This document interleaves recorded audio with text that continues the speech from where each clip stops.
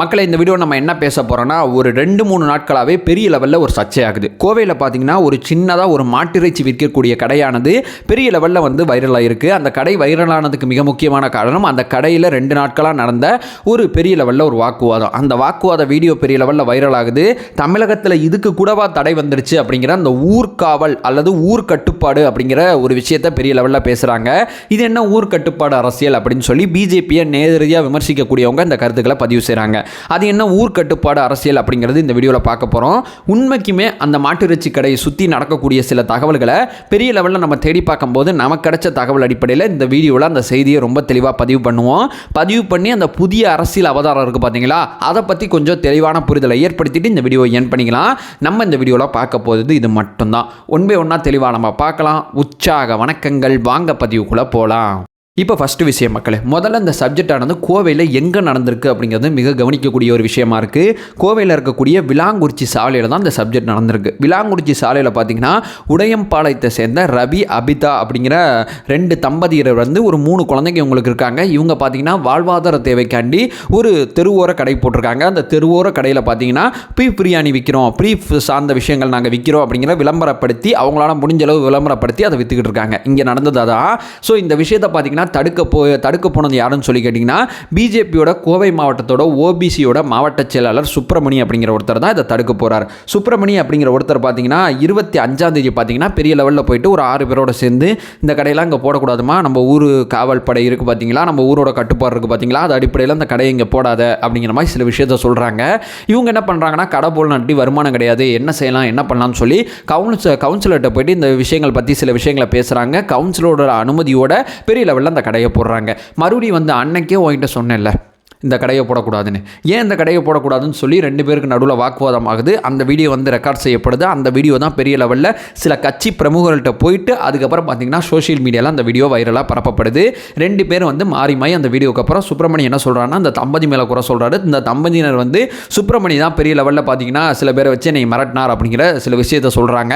எனக்கு பாதுகாப்பு தேவை அப்படிங்கிற ஒரு சில விஷயங்களை வச்சு இவங்க வந்து காவல்துறை அணுகிறாங்க. காவல்துறை சில விஷயங்களை பார்த்துட்டு விரைவில் நடவடிக்கை அப்படிங்கிற ஒரு விஷயத்தை சொல்லியிருக்கு. இங்கே முதல்ல சுப்பிரமணி சம்மந்தப்பட்ட விஷயத்தில் பார்த்தீங்கன்னா பெரிய லெவலில் அந்த சாலை ஓர கடை இருக்குது பார்த்தீங்களா, அது சம்மந்தப்பட்ட சில கள ஆய்வுகளை கவனிக்கும் போது பார்த்தீங்கன்னா பெரிய லெவலில் அந்த கள ஆய்வு பேரை கூட சொல்லிடலாமே, பிபிசி தான் கள ஆய்வு பண்ணிச்சு. பிபிசியோட கள ஆய்வு அடிப்படையில் பார்த்தீங்கன்னா இந்த தம்பதியினர் இருக்காங்க பார்த்தீங்களா, இவங்க சாலை ஓரத்துக்கு கடை போகிறதுக்கு அனுமதி வாங்கியிருக்காங்க. அனுமதி வாங்கி தான் அந்த கடையை முதல்ல போட்டிருக்காங்க. சும்மா ரேண்டமாக போயிட்டு ஊருக்குள்ளே ஒரு கடை போடணும்னு கிடையாது. சட்டத்தின் அடிப்படையில் விதிமுறைகள் அடிப்படையில் அனுமதி வாங்கி கொண்டு கடையை போட்டிருக்காங்க. Number 1 point. நம்பர் 2 பாயிண்ட், அதாவது இவங்க மாநகராட்சி நிர்வாகத்திட்ட முறையாக அனுமதி வாங்கி சாலையோர கடையை போட்டிருக்காங்க. சாலையோர கடை போடுறதுக்கு அனுமதி மாநகராட்சியோட இடப்பகுதியில் போகிறதுனால மாநகராட்சிகிட்ட அனுமதி வாங்கி தான் அந்த இடத்துல கடை போட்டிருக்காங்க. 2 விஷயம். 3வது, தமிழகத்தில் பீப் தடை செய்யப்பட்ட போடுதான்னு சொல்லி கேட்டிங்கன்னா இல்லை. தமிழகத்தில் விருப்பப்படுறவங்க சாப்பிட்டுக்கிட்டு இருக்காங்க, விருப்பப்படாதவங்க விட்டுறாங்க. தமிழகத்தில் அங்கங்கே பீப் விற்கப்பட்டு தான் இருக்குது.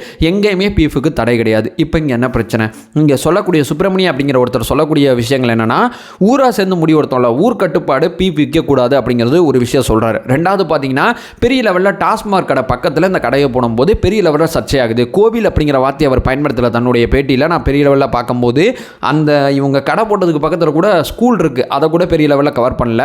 டாஸ்மாக் அப்படிங்கிற ஒரு விஷயத்தை மட்டும் பெரிய லெவலில் கொண்டு வராரு. டாஸ்மாக் கடையில் சரக்கு போடுறவன் டாஸ்மாக் கடை சரக்குனால சண்டை போடுறான். அது ஆனால் டாஸ்மாக் பிரச்சனை இல்லையா, பக்கத்தில் இருக்கக்கூடிய இந்த பீப் கடை பிரச்சனையா. டாஸ்மாக் கடையில் சரக்கு போடுறது, டாஸ்மாக் கடையில் குடிக்கிற சரக்கு இருக்குது பார்த்தீங்களா, அதனால தானே இவ்வளோ பிரச்சனை. அப்போ அந்த கடையை க்ளோஸ் பண்ணிடலாமா, அந்த கடையை க்ளோஸ் பண்ணிடலாமா? முறையாக அனுமதி வாங்கி கவர்மெண்ட்டே நடத்துதில்ல. அந்த கடனால தானே ஊர் முழுக்க இவ்வளோ பஞ்சாயத்து.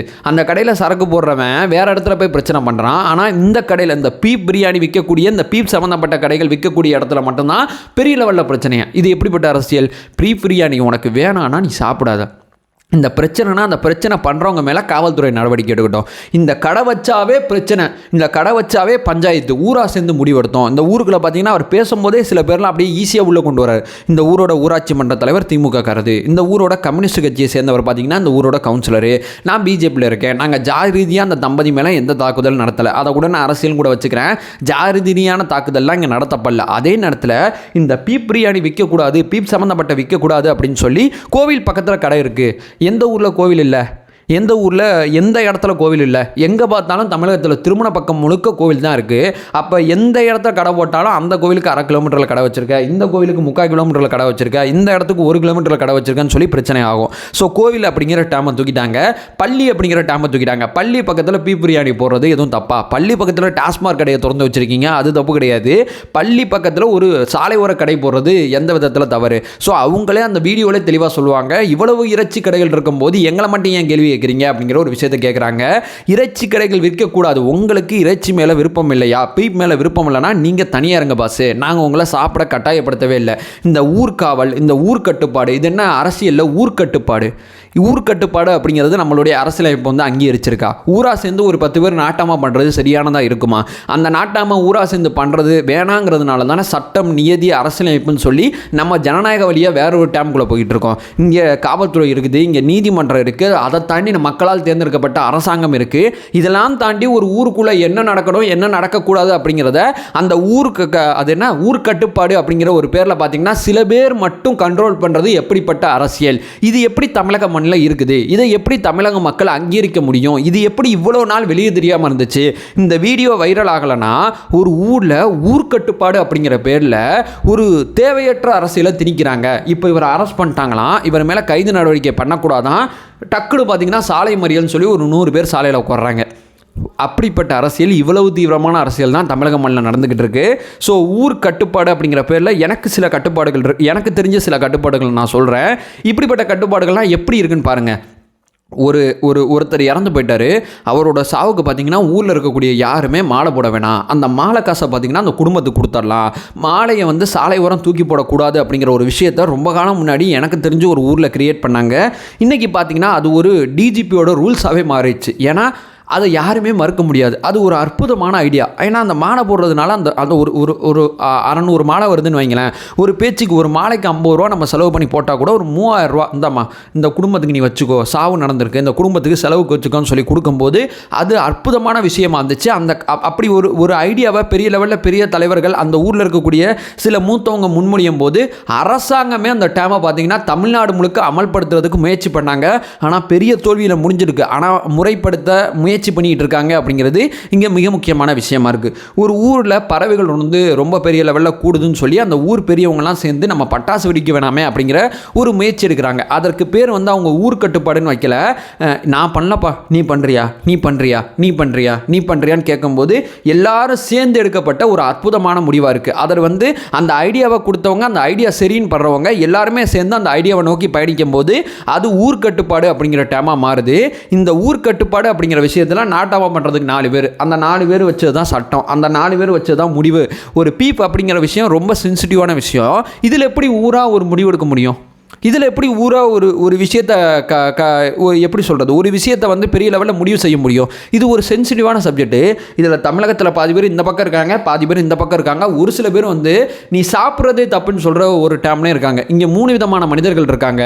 ஒரு 4 நாட்டாமல் சேர்ந்து இந்த ஊரில் எப்படி ஒரு பீப் சம்மந்தப்பட்ட விஷயத்தில் ஒரு முடிவெடுக்க முடியும்? ஸோ காவல்துறை இந்த முடிவெடுத்தவங்க மேலேயும் சில நடவடிக்கை எடுக்கணும். அதே நேரத்தில் இந்த கடை போடுறதுக்கு தகுந்த பாதுகாப்பை கொடுக்கணும். இதில் பார்த்தீங்கன்னா அங்கே இருக்கிற அத்தனை கடைகளுமே அகற்றப்பட்டது அப்படிங்கிற செய்திகள் வருது. ரொம்ப ரொம்ப வருத்தமாக இருக்குது. ஒரு வயிற்று பிழப்புக்காண்டி ஒரு கடை போட்டதுக்குள்ளே ஒரு அரசியலை புகுத்தி அவங்களோட வாழ்க்கை ஆதாரத்தை அப்படியே மழுங்கடிக்கக்கூடிய அந்த முயற்சிகளை பெரிய லெவலில் நம்ம எதிர்க்கிறோம். இது ரொம்ப ரொம்ப தவறான அணுகுமுறை. தமிழகத்தில் இந்த மாதிரி வேலை இனிமேல் பார்க்கக்கூடாது அப்படிங்கிற வார்னிங்காக தான் அவர் கொடுக்கணும் அப்படிங்கிற ஒரு விஷயத்தை சொல்லிட்டு நம்ம சேனலை ஃபர்தராக ஃபாலோ பண்ணிங்கன்னா பெரிய லெவலில் பொலிட்டிக்கல் சார்ந்து பல்வேறு விஷயங்களை பற்றி நம்ம பேசிகிட்டு இருக்கோம். நம்மளோட ஒரே நோக்கம் அறியாமை அகற்ற வேண்டும், அறியாமை அகற்றப்பட வேண்டும். Thank you so much.